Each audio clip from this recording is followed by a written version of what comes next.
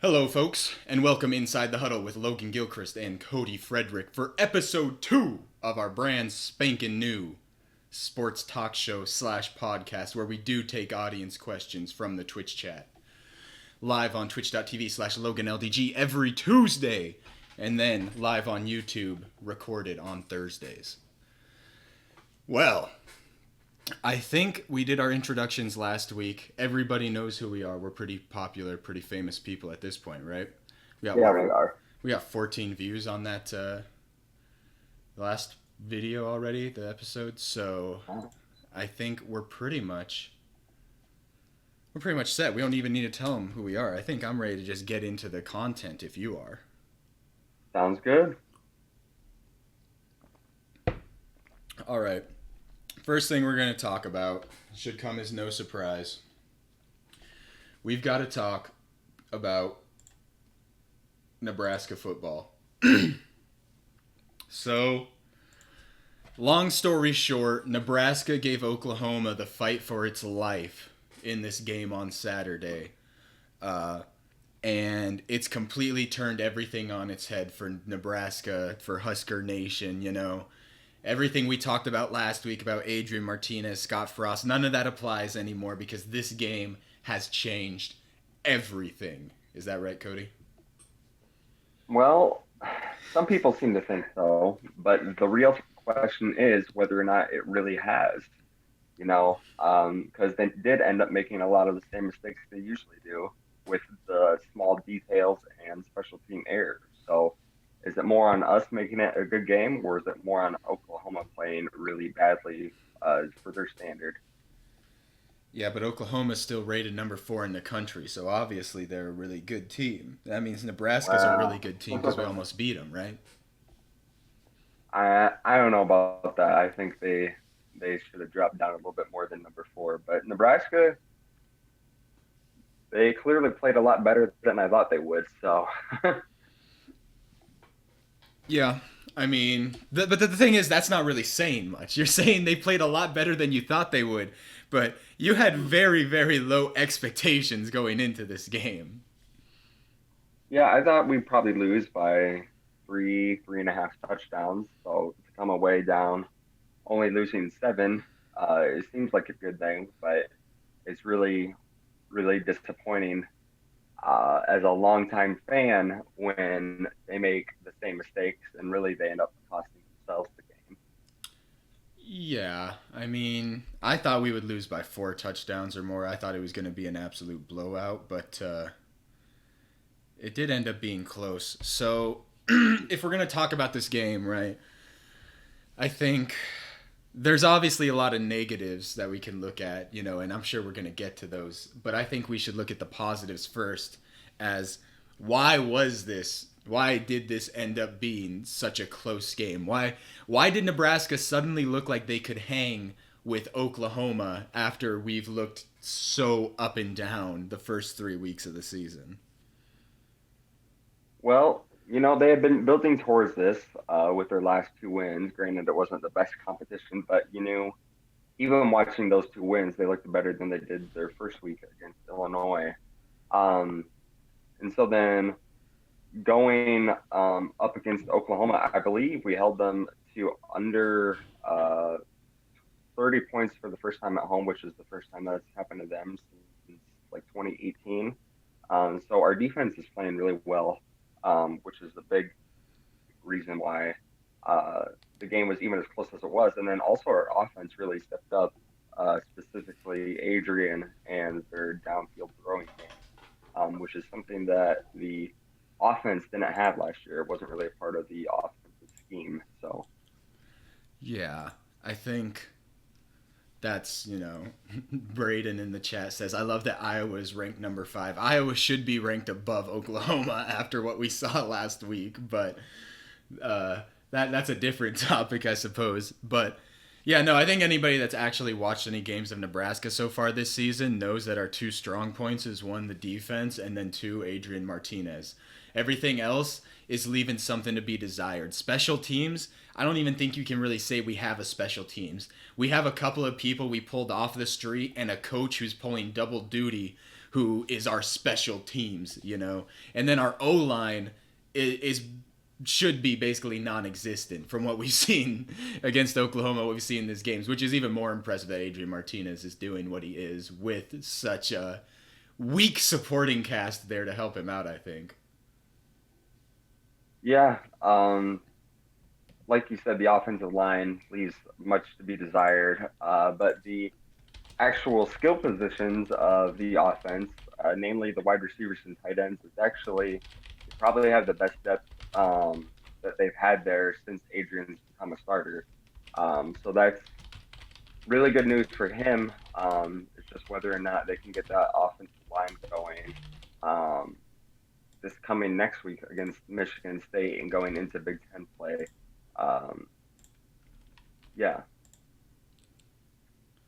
Yeah, I think, you know, um, I think that it's so tough, right? To accurately judge this Nebraska team. And it's been so tough the entire Scott Frost era, right? We have big wins and then we have the worst losses. Then we have these close games. I saw some stat that said something like Nebraska in our last like 7 games or whatever have lost by a combined like 20 points. So like we're a handful of touchdowns away from being on a 7 game winning streak instead of whatever we've been doing. So hmm yeah, I think there's definitely reason for optimism, though, after the Oklahoma game. I think it's undeniable to at least look at the bright spots, which are 2 a.m. and the defense, and say, at least these are good, pieces. But I think how weak the O line looked is going to be a recurring problem. That's not an issue that you fix, overnight. That's something that you need to grow. You need your strength and conditioning program. You need solid recruits, and that takes time. That takes years. And I'm not sure if that's years where Nebraska fans are willing to be patient because they have not shown that in the past, in my experience. well, they have a lot more reason to be patient than they did if the game would have turned out like it should have, probably.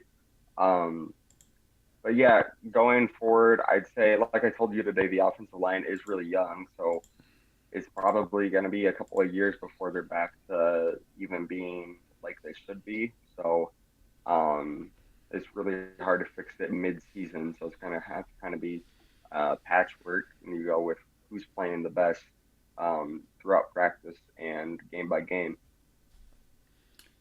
Yeah, but that's going to end up being an issue that Frost is going to have to examine as time goes on. Undeniably, it's probably the biggest questions right now.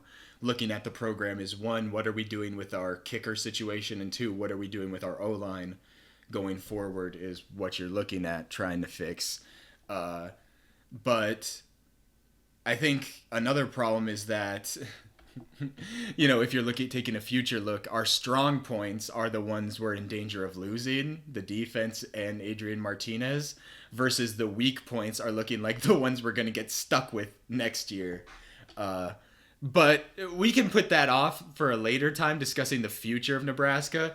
But we could just look at this season individually. What does this Oklahoma game and what does this performance say about Nebraska going forward? And my opinion is it says absolutely nothing if they don't continue that performance next week. If you can't carry over some of that momentum, some of your solid plays into your next matchup, then nobody a year or two from now is going to remember or care, yeah, but we lost by 1 touchdown to Oklahoma. If this isn't a sign of consistent improvement, I don't think it matters at all, honestly.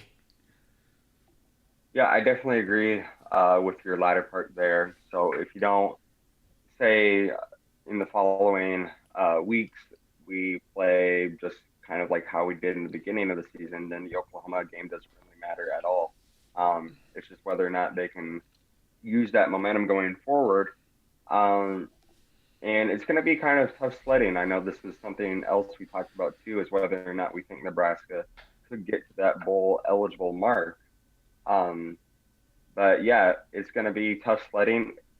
The craziest thing is 5 out of their 8 remaining opponents left. 5 out of them are in the top 25 currently, including Michigan State, who we play this weekend. So we're gonna have to pull off a couple of upsets Yeah, I think. for the game this year. Yeah, I think you're right. There's going to be some games there where we're going to have to pull off some upsets. But like, I don't know what the line is right now. But when you brought it up to me earlier this week, the line was 3 in favor of Michigan State. So that's a pretty encouraging line. That's a lot of faith in Nebraska from the betting market from Vegas. Uh, and I think if we lose this game, I think this game is really the one that sets the tone for the season. Because nobody really expected anything from the Oklahoma game going in. Most people just expected us to get rolled over. So it wasn't really that upsetting to lose by, that little bit. 'Cause at least we put up a good fight. But now that they've shown they have this potential, if they can't show that again in this next week's game, then it's like, what's the point? It's just going to be the encapsulation of the Scott Frost era where you have the potential, you have the talent, you have the players, you've gotten some big wins, you've shown flashes, but you can't bring it together. And I think that's going to be the lasting legacy there is if you can't string together 2 good weeks in a row, then what are you really doing? What are we doing here? Yeah.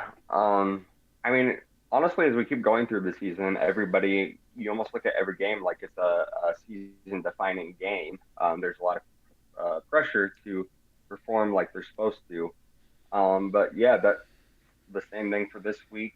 Going up against Michigan State, it's a night game in East Lansing. Their running back averages, they're for sure like top 5 in the country in yards per carry. Their defensive line is probably the strength of their team. So going against our offensive line should probably be a mismatch for them. But Nebraska only being underdogs by 3 or 3.5 shows a sign of what the bettors think of Nebraska now following the Oklahoma game. I thought really during the Oklahoma game or afterwards, Joel Klatt said it best. He's the color analyst for Fox Sports. And he talked about how there's a process that you go through where you lose big, and then you lose by a little, then you win by a little, and then you win big. And usually that's how most programs get to be really good. In Nebraska right now, they're on the verge in between losing by a little and winning by a little. You kind of brought it up earlier too, but I think in the last 7 or 8 games before the Oklahoma game, we had only lost by a combined 28 points. So they have to figure out some way to start winning those close games. And they'll get a chance to do so probably throughout the rest of the season too. Yeah. I think the issue with that, though, is that Nebraska's been stuck in that holding pattern ever since Scott Frost came. It's never really been like Nebraska's getting blown out week after week. It's that Nebraska gets close versus every team and then shoots themselves in the foot, either with undisciplined play, poor play calls, poor coaching. And I think that's been happening ever since Frost got here. And I do think part of it, why it's so more, why there's there's a lens on it now this season is because this season is important. I think you see, if you follow it on social media, if you follow what people have been saying and the whispering, the rumors, like Nebraska fans, they're getting tired of Frost and this team underperforming. Frost was supposed to be the prodigal son that was going to come in and save the program, return us to our glory days. We were going to be competing for championships. Adrian Martinez was a dark horse Heisman candidate. And then the hype is dead. It's been years. The hype is good and well dead now. Now people have set their expectations to, please, dear God, just get us to a bowl game. We just want 6 wins. If we get a handful of wins, that's all we want. And I think that's, set the expectations maybe more realistically. But also, that's why I think, like, every game this season, it feels like, all right, you have to show up and perform. Because this is, like, it feels like the final run, almost, in my eyes, for this iteration of Nebraska's team. If Adrian Martinez and Scott Frost don't figure it out this season and can at least get to a bowl game, I don't see how next season you bring both of them back. I don't see it. I see after this many years together, if it doesn't work, then I think it's really hard. Even though you look at it individually, Adrian Martinez has been performing very well in these games, but if your combination just can't win football games at a program like Nebraska, how are you going to keep it up? I'm not sure.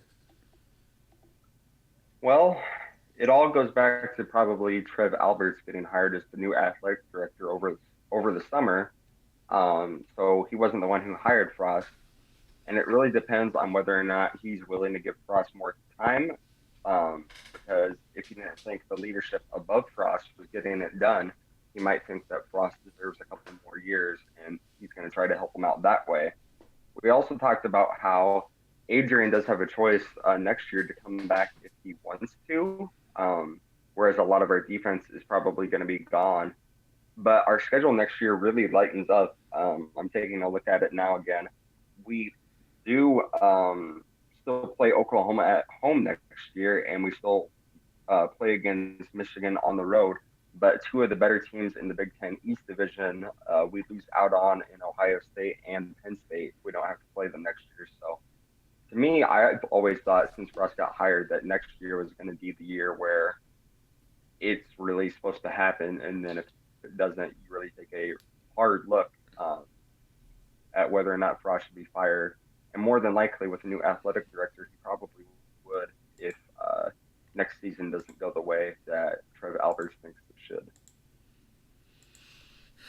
Maybe. I mean, last year is like if you waited till next year, that is your final shot, right? Because that's Adrian Martinez's last year. In all the years we've been going through in Nebraska, we have not yet found a QB that consistently outperform him, outproduce him, and I think it's going to be a tall task. I mean, what are the odds you think the next QB Nebraska is going to get as their starter once Adrian Martinez is gone is going to be at that same level of Adrian Martinez? Like, that is in no way, in any way, shape, or form, a guarantee. You could very easily get a worse QB because Adrian Martinez is no scrub. So that's just to me where it's like, if nothing else, you're on a timer, you know? And I'm not saying you need to go do anything crazy with this Adrian Martinez led squad, but if you do want to even reach a bowl game, you're really on a timer this season and then maybe next season. So I think even if the new AD is willing to be more forgiving, more merciful, give them time, you're still on a timer either way because of eligibility. So you got to make something happen. Well, a lot of it too always has to deal with contracts, and it all comes down to money as well. So Frost, when he got hired, I believe he was given a 7-year contract right out of the gate, and then before the start of last season, they gave him a 2-year contract extension. Mm-hmm. Yeah, I think Nebraska has shown. Nebraska has shown that they're not adverse to paying ex-coaches. What was it, a year or two ago? We had that stat that Nebraska was paying like 3 or 4 head football coaches at the same time with the severance packages. So I think Nebraska's fine with opening up their pocketbooks in that scenario. Yeah, you would think so, but in the middle of building their new football facility, which is supposed to cost about 150 million, maybe they wouldn't be as willing to do that. Maybe it's a sign that they're just willing to open up a blank check to make Nebraska football relevant again. They said, we don't care. We will sign anybody. Get Bill Belichick down here to Nebraska. Like, somebody please save our program, Yeah, it's like Jerry Jones saying there's no dollar amount he wouldn't pay if it guaranteed him a Super Bowl win. Mm-hmm. I think, though, I think that, taking a step back, though, with these overall doom and gloom type scenarios we're looking at, I think that was definitely maybe more applicable a week ago. I think after the Oklahoma game, maybe it's not a huge mover, but I do think it makes it more likely that this team will perform up to a level that saves everybody's jobs. They did definitely show a sign of improvement. They showed that the talent level gap between Nebraska and Oklahoma is not insurmountable. And I think if that's true, it really opens up the doors for Nebraska. And hopefully, what I'm hoping is that this game at least shows the team that we have the players, we have the talent, we have all the pieces we need to be winners. Now, can we just go out and get it done? And I think we saw, like you were talking about a couple days ago when we were talking about Scott Frost's press conference and about how the players are saying he's become more of a disciplinarian since the Oklahoma game in the week before it and now. And I think if maybe that's the shift we see in the team where they're like, okay, we got all of Scott Frost's guys, because that was the excuse for the first 2 or 3 years was we don't have Scott Frost's guys. He needs his own guys to learn his system. Okay, you've got your guys. You've had years in the system. They all know how Scott Frost wants to play. This is it. We have everything we need. Bring it together. Show us what you can do, Nebraska. And this game is hopefully the first step towards that. But after watching this team the past 4 years, I'm not going to get my hopes up too high, I suppose. Yeah, it'll be a challenging one. Like I said, Michigan State's really good. They got the ex-Colorado head coach from when Colorado beat us in 2018 and 2019. He's now the head coach of Michigan State. So Colorado beat us in a close game. So more than likely, it's really possible to see that again this weekend. But if Nebraska plays like they did against Oklahoma, there's no reason why they couldn't go into East Lansing and pick up the win. Yeah, I think that's reasonable. Although I do think that while Oklahoma did not look great, especially some of their QB play leaves me very uncertain on their prospects this season. I'm not sure their ceiling is that high. I don't think they should be the fourth best team in the country after what they showed against Nebraska. But I do think that game does probably put Nebraska a little bit on the map of their opponents at least, where it's like, hey, they did almost come out. They gave Oklahoma a scare. That's maybe, this isn't a free win as it has been in previous, seasons. So let's make sure we game plan for Adrian Martinez and his scrambles and so it might be a bit tougher in that regard. If you really want a good take here, I think Nebraska has been on the map for their opponents for years now. I remember when we played Ohio State for College Game Day, how much respect Urban Meyer had for our team.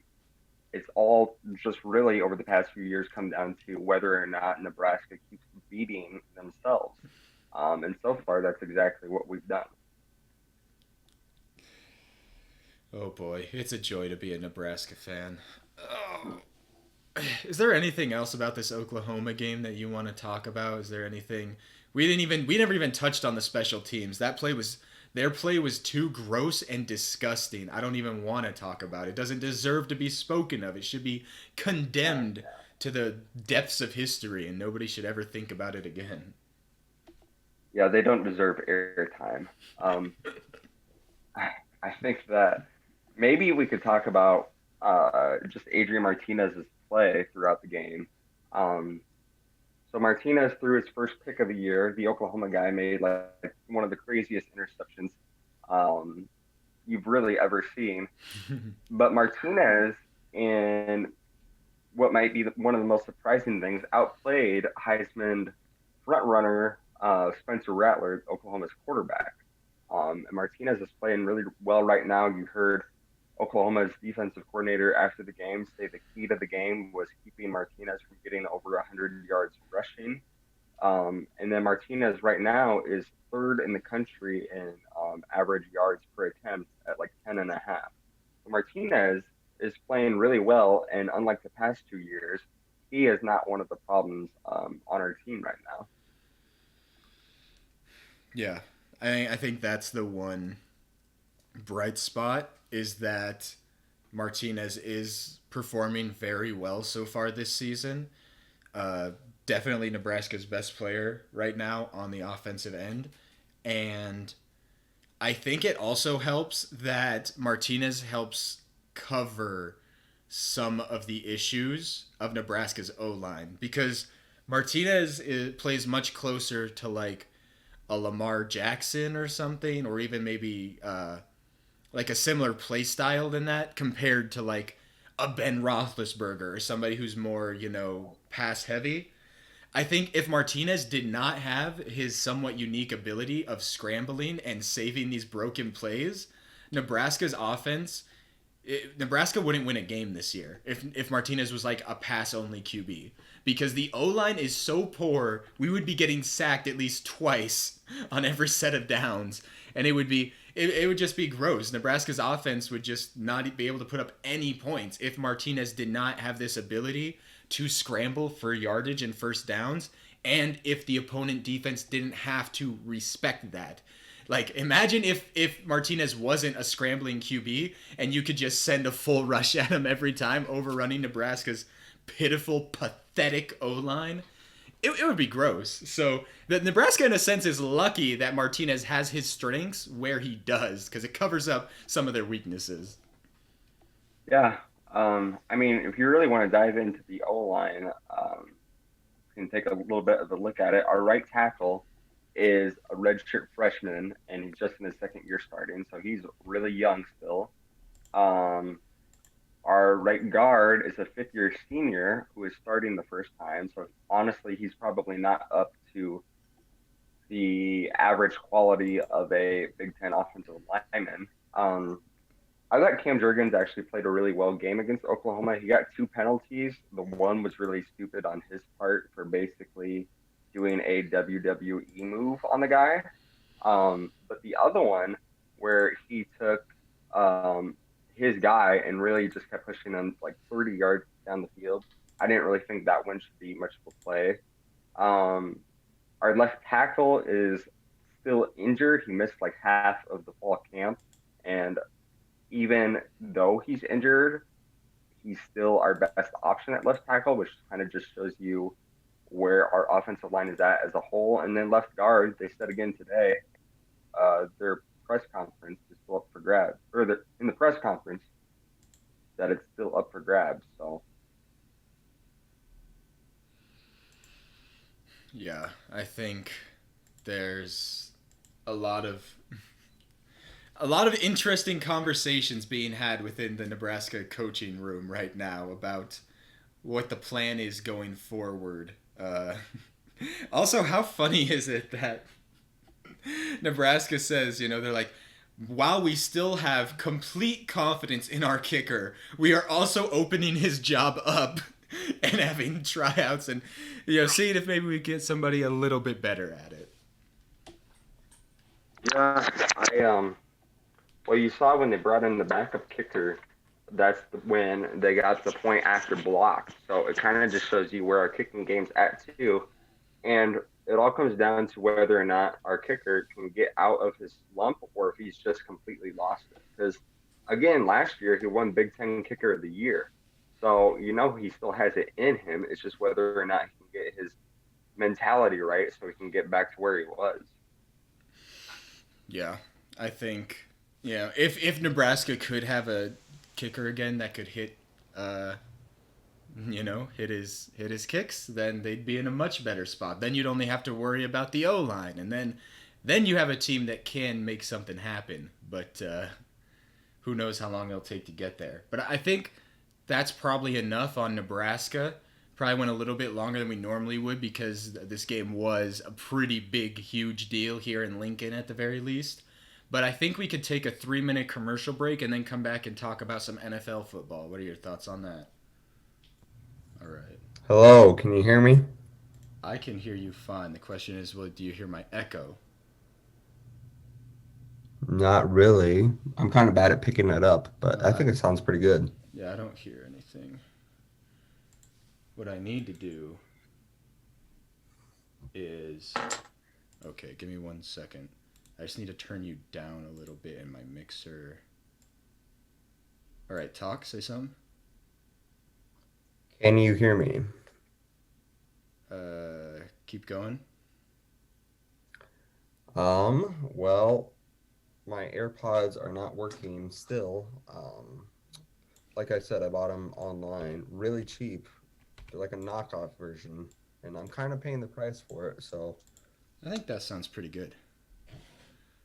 All right. all right, well, we're just gonna do that then. Yeah, I don't hear any echo, so all right. But we're back from commercial. We're back here. Let me We're change back. our topic. I need to go to my properties to do that. But I don't really have anything specific here to discuss. If you have something that you want to go, if you want to talk about NFL wise, I'm willing to let you, but I think, anything that you want to talk about NFL that you've been dying to talk about week 2. Mm-hmm. Well, we watched the Lions and the Packers game last night. How about we just start there? That's a good place to start. Lions Packers Monday Night Football. Both of them vying to not end up 0-2 to start out. Plus there was almost $1 million on the line from the one bettor that we found. I wanted that guy to win. Yeah, there was a guy it was all over Twitter, but a guy who had like a 16 or 18 leg parlay. He had every NFL game right, and all he needed was the Lions to win last night. And he would have cashed in like $750,000 or something on a $25 parlay bet. But spoiler alert, he woke up a very, very sad man this morning. Yeah, that poor guy. That's why you don't ever put your faith in the Lions. That's pretty reasonable. So Yeah. the biggest thing that everybody was probably looking at in this game was, how does Aaron Rodgers look? Does Aaron Rodgers still look like one of the worst QBs in the league, or does he look like old A-Rod MVP candidate? Where do you think on that spectrum between worst QB in the league and MVP A-Rod, where do you think he looked on that spectrum? I mean, I'd probably give him like an 8 last night for a scale of 1 to 10. Um, I think that we talked about this too, but their head coach Matt LaFleur doesn't expect him to do much, and really that's not the scheme he runs, which is kind of weird if you have one of the best quarterbacks in the league. You'd think he'd let him do what he wants, but anyways, he lines up his team in the I formation a lot and really focuses in heavy on the run game, which is why Aaron Jones had 4 rushing touchdowns and really helped out my fantasy team. But besides that, Aaron Rodgers, yeah, he did his part. He played a pretty clean game, and then he made 2 throws that were almost back to back that were pretty spectacular. He threw the one bomb to Devontae Adams that you called for, and you said he was going to do it. And I then did call it. A few plays later, he threw it to his tight end, Robert Tunyon, in the end zone, and he kind of threaded the needle through a few defenders.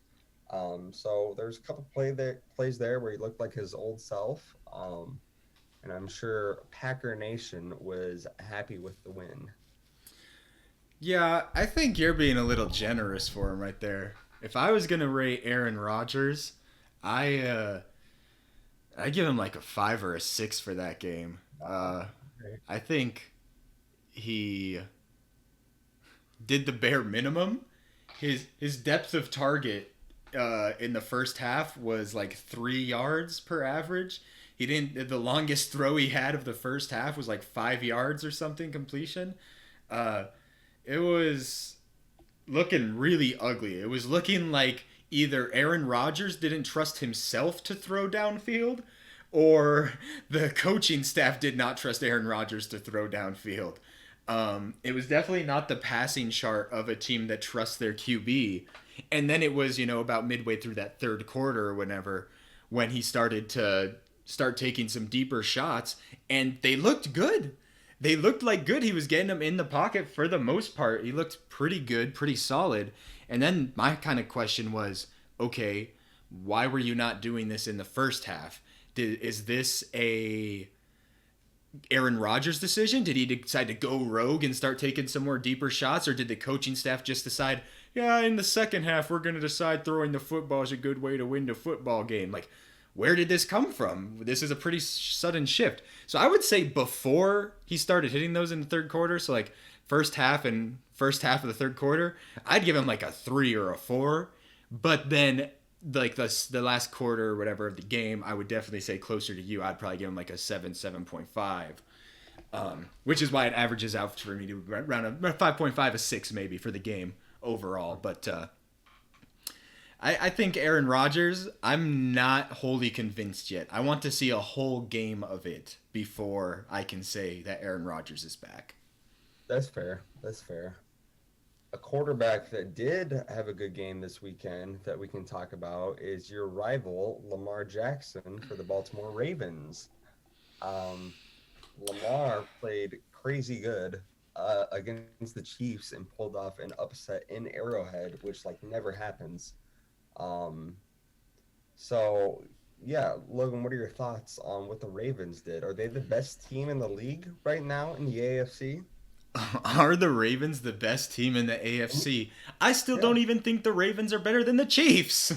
Well, they won. What does that say? Yeah, the Steelers beat the Bills. Does that mean the Steelers are better than the Bills? Because nobody agrees with that take. Well, that's because we know who the Steelers are. Yeah, and I know who the Chiefs are, and I know who Pat Mahomes is, all right? Yeah, I don't know. Colin Coward says Lamar Jackson's king of the AFC quarterbacks. That is so ridiculous. That is insulting. It's insane. How are you going to disrespect Pat Mahomes like that? It is so mind numbing to hear that. But I guess he's just doing it for clicks, unlike us who are serious analytical minds. Of But course. I have to say, no, Pat Mahomes is still the best QB. Just because his defense is very, very bad doesn't mean that makes Lamar Jackson better. Lamar Jackson has an easier job than Patrick Mahomes. All right, Lamar Jackson's got a stout defense. Lamar Jackson's got a team that is solid all around. The main pieces that the Ravens kept losing were their running backs, the most replaceable position in football. You can literally draft pretty much any running back at any time, put him into your scheme and your fit, and you're pretty much going to be okay. So I Okay. think, and I kind of bought into it. I kind of thought the Ravens were very injured and very everything, but then looking at it, they do have some other injuries, that are pretty, that are important. I'm not saying they don't matter, but losing all those running backs has not hurt the Ravens at all. They are still the best running team in football right now when you look at their value added per run play. They're still the best, even though they lost them all, which is a very telling stat, in my opinion, in how much you should value running backs and especially drafting running backs in early rounds. I think every piece of data we get these days just shows how much of an egregious mistake it is to draft a running back early. Well, let's talk about the injuries first off. So you talked about how they lost their top three running backs, which they did, and I thought that was a big blow to their team. They also lost two of their top three corners, and still they managed to hold somebody like Tyreek Hill to just 3 catches and 14 yards. So I guess what would you say about their defense? Because that's not something, cornerback's not a position where you can really just plug in new guys usually and have everything be fine.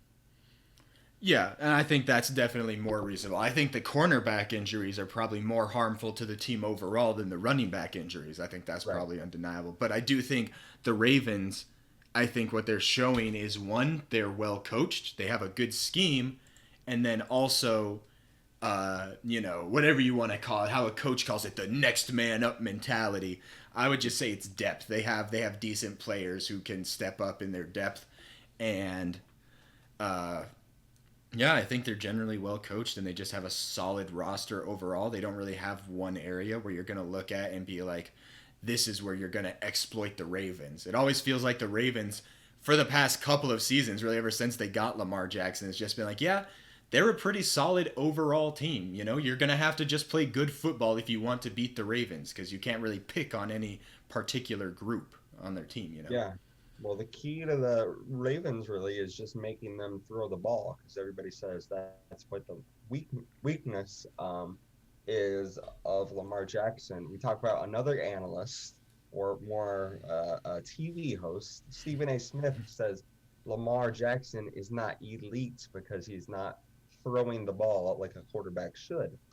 Um, so yeah, the Ravens, I think their running back system, it's more of a system with the running backs. They can kind of just plug and play when they draft or sign 2 free agent running backs.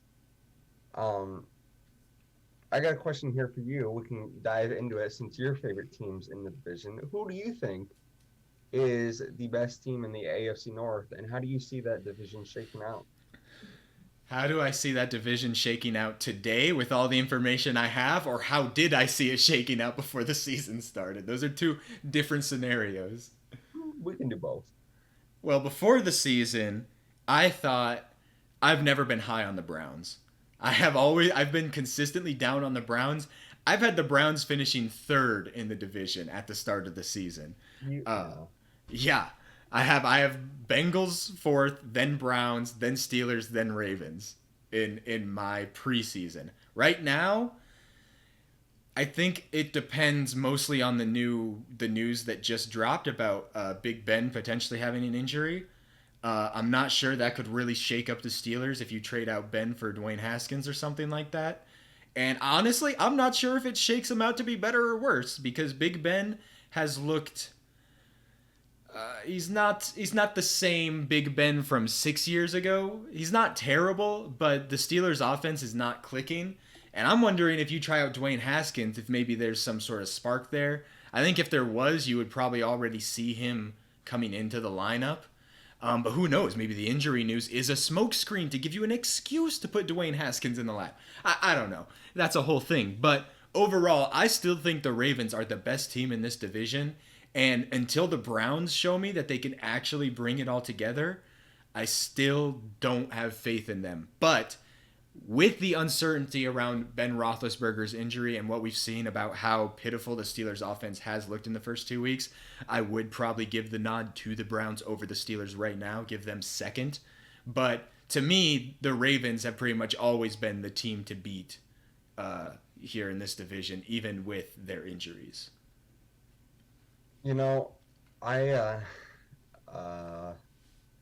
I'm really kind of shocked that you went there. um, I think I pretty much agree with you that the Ravens they look to be the best team in the league, and I really like how you are just kind of waiting to see with the Browns. Yeah, for the most part, I agree there too. I tell you though, the team that really surprised me in that division is the Bengals. I know they I was went up going to say against the that. Vikings of all teams, but they looked pretty good. For them, it's just whether or not that they can protect their quarterback, Joe Burrow. Yeah, the Bengals might be the worst team in the division, but that does not mean they're a bad team by any means. The Bengals are going to upset some teams this year, and you know, Joey Burrow, he's a threat. You know, he's a danger. Yeah. But I don't. Did you say? Did you mean the Ravens are the best team in the division when you said they're the best team in the league? Because that's a hot take if that's what you meant. That they're the best team in the league? That's what you said, and I was like, did he mean division or did he mean league? That was a slip up on my Okay. part. But I do But think, I mean, I'd have to take a closer look. Maybe we can do this for next time. But Ravens easily could be a top 4 team in the league right now. So I think you can make a solid argument for that. yeah, I think I want to see more. I mean, it's that's what it is with every single team. I want to see more. We're Right. only in week 2 right now. The Raiders look like the best team in the league. Derek Carr is probably going to be the MVP. So, I kind of want some time to see where these teams kind of shake out and so forth. But I will say that I have more faith in the Ravens than I do in the Steelers or Browns to figure it out. So I think that the Ravens Right. probably win that division. Nice yawn there for me. But yeah, I definitely agree with you there. Ravens look like they're pretty well put together again, and kind of the same thing as always. It's just going to really come down to whether or not Lamar can make the throws that he needs to. But consider the following. Mm, The yeah. Steelers upset and beat the Bills in week 1. And then the Bills dropped a 35-0 on the Dolphins' heads. So, consider what would happen if the Steelers played the Dolphins right now. Are we thinking like a 50-0 scoreline? Maybe. The stats lead to that conclusion. I don't know. I'm just throwing it out there. Well, I'll tell you what. I think your Steelers only beat the Bills by a touchdown, if I remember correctly. Not sure. Mm-hmm. And 7 of those points came on a punt block. So your offense only scored 16 points. I think that loss for the Bills against the Steelers says a lot more about what the Bills didn't do than what the Steelers did. The Steelers were their usual selves with their solid defense in their front 7, and their offense was it was nothing spectacular. I think the Bills against the Dolphins was more of what you could probably expect from the Bills this season, and they just kind of laid an egg in the first game. I think that the Steelers have the best defense in the league, and they've got room to level up. They've been playing without Minkah Fitzpatrick. He's supposed to come back potentially this week.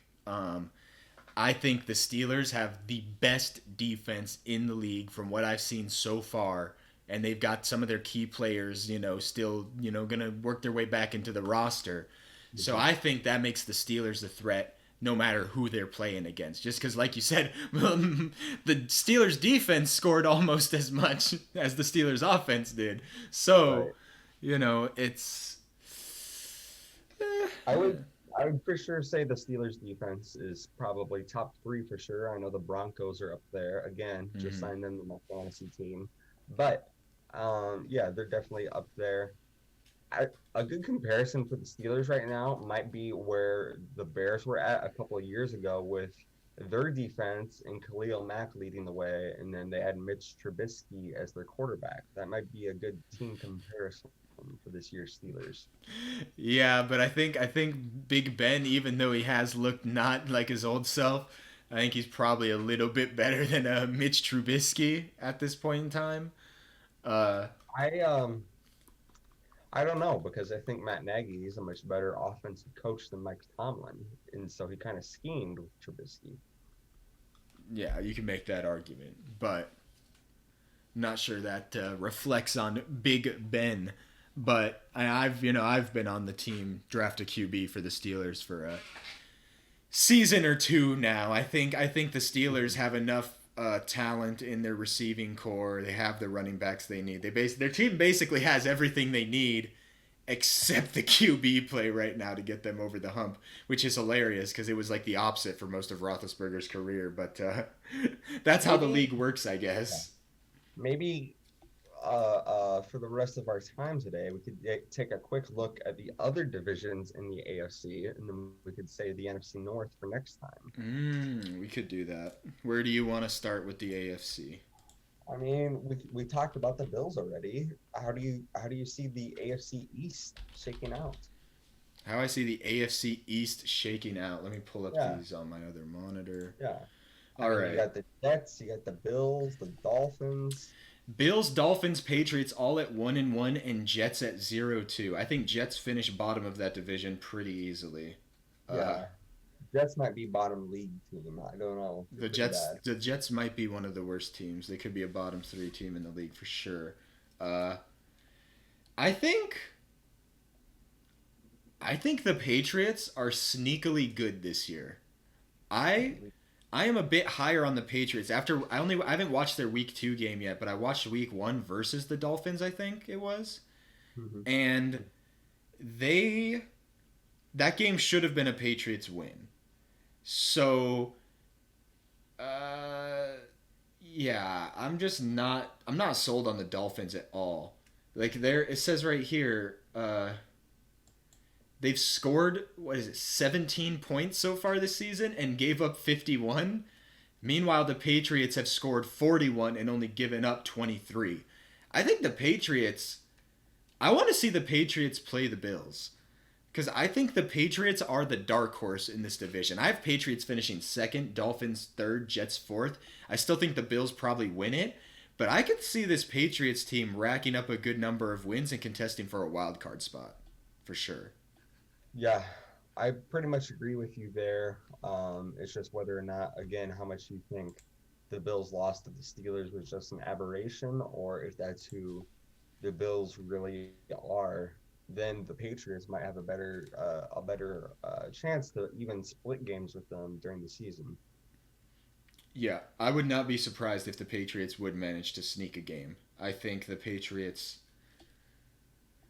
I liked what I saw from them. I think they've got some good room to grow. I like what I saw from Mac Jones. I think their team is sleeper good. They're sleeper good.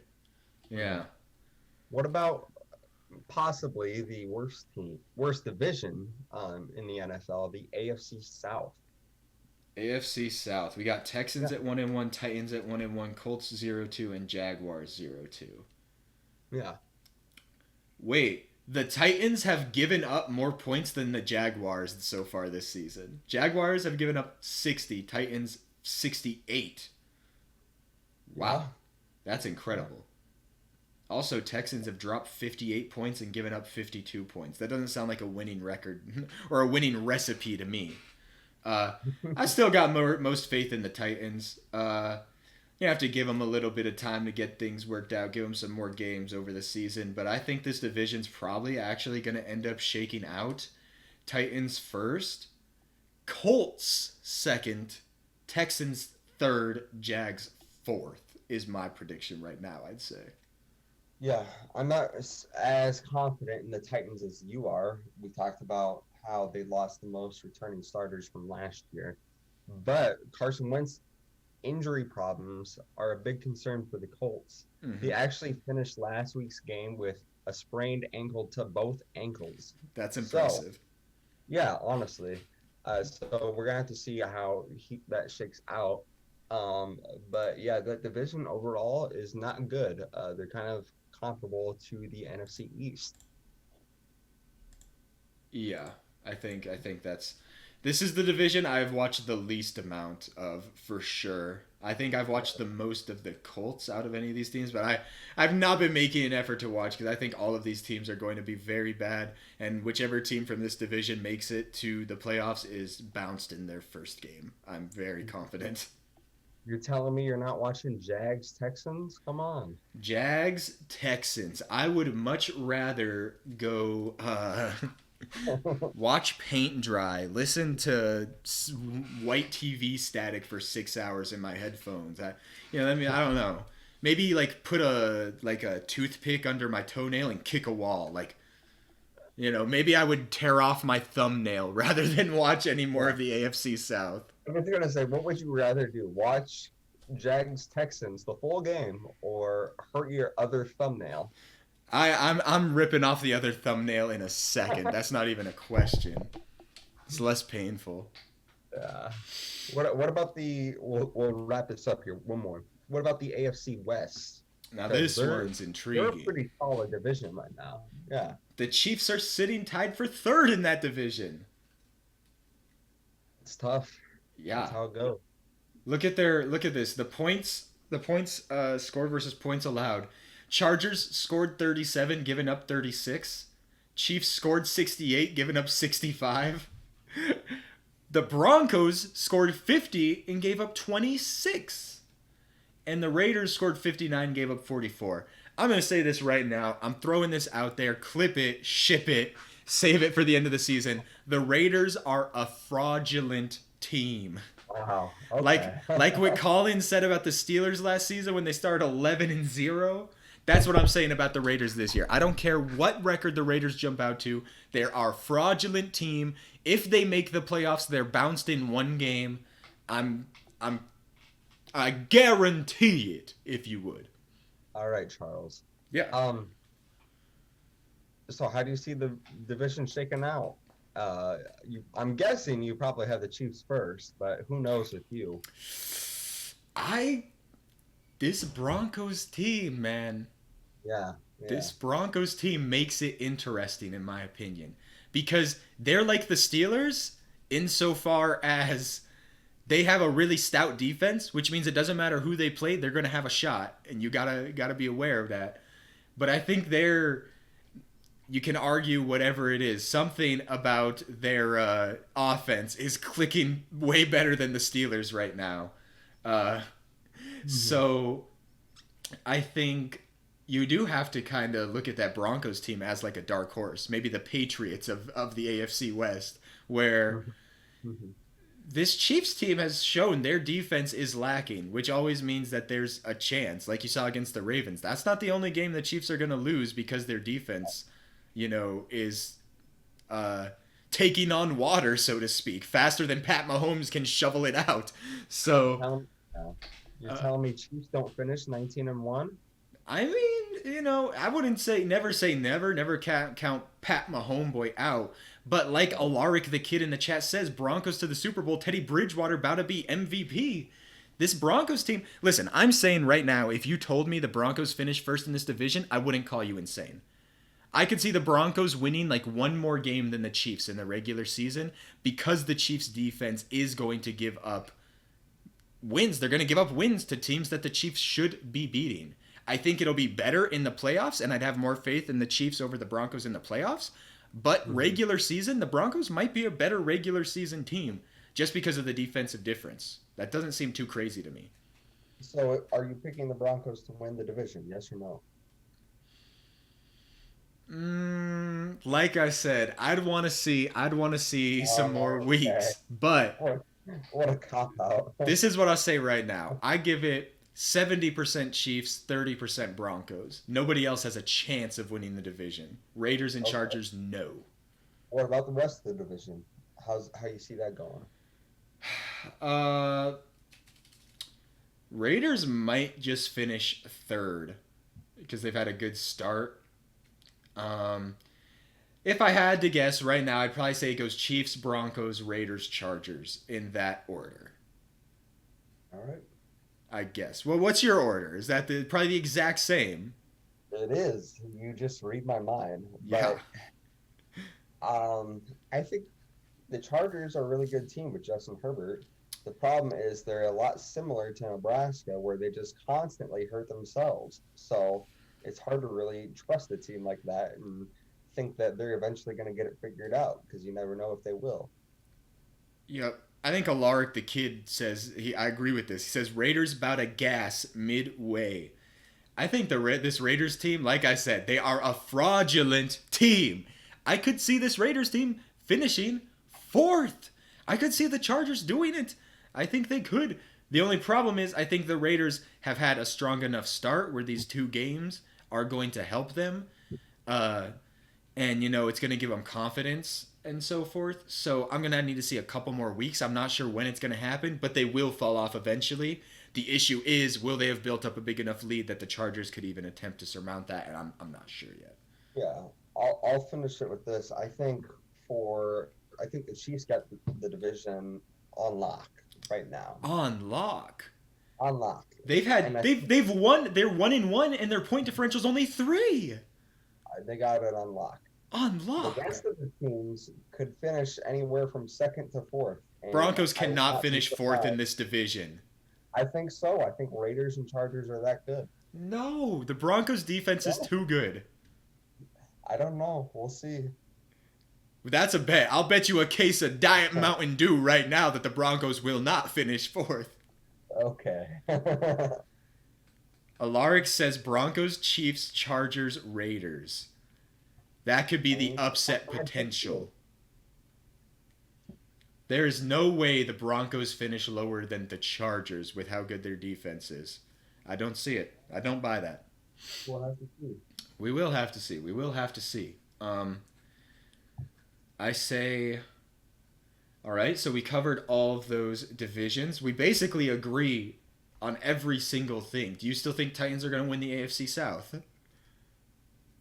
Right now, I mean, it's hard to tell with Carson Wentz's injuries. Okay, now you didn't let me do a cop out with my stuff. You tell me right now who's winning the AFC South. Um, You know what? I will pick Colts. All right. The Colts, the 0-2 Colts to win the division. Yeah, yeah. Who've been outscored by 15 points in their first 2 games, who have an injured QB. That is a hot take. They also played the Seahawks and the Rams, who are both like top 5 caliber teams. I guess. That's a hot take. That might be the title of the episode on YouTube right there. Colts win the division. Win the AFC South. That'll bring in everybody. Like, whoa, Colts winning the AFC South? That's insane. Yeah. I better watch this. Oh, no. But otherwise, so we both got Bills, both got Chiefs, both got Ravens, and then we're split on Titans-Colts. Okay. I think NFC will be very interesting. But anyway, that'll have to do it. We've been going for just about our hour mark. So that'll be the end of episode 2 of Inside the Huddle. Episode 3 will be airing live right here on twitch.tv/LoganLDG on Tuesday. This episode will go up on Thursday. That's going to be our normal schedule. Stream it live on Tuesdays, upload them to YouTube on Thursdays. But that will be the end of this episode. Thank you for tuning in. Thank you for getting Inside the Huddle with Logan Gilchrist and Cody Frederick. We will see you next week.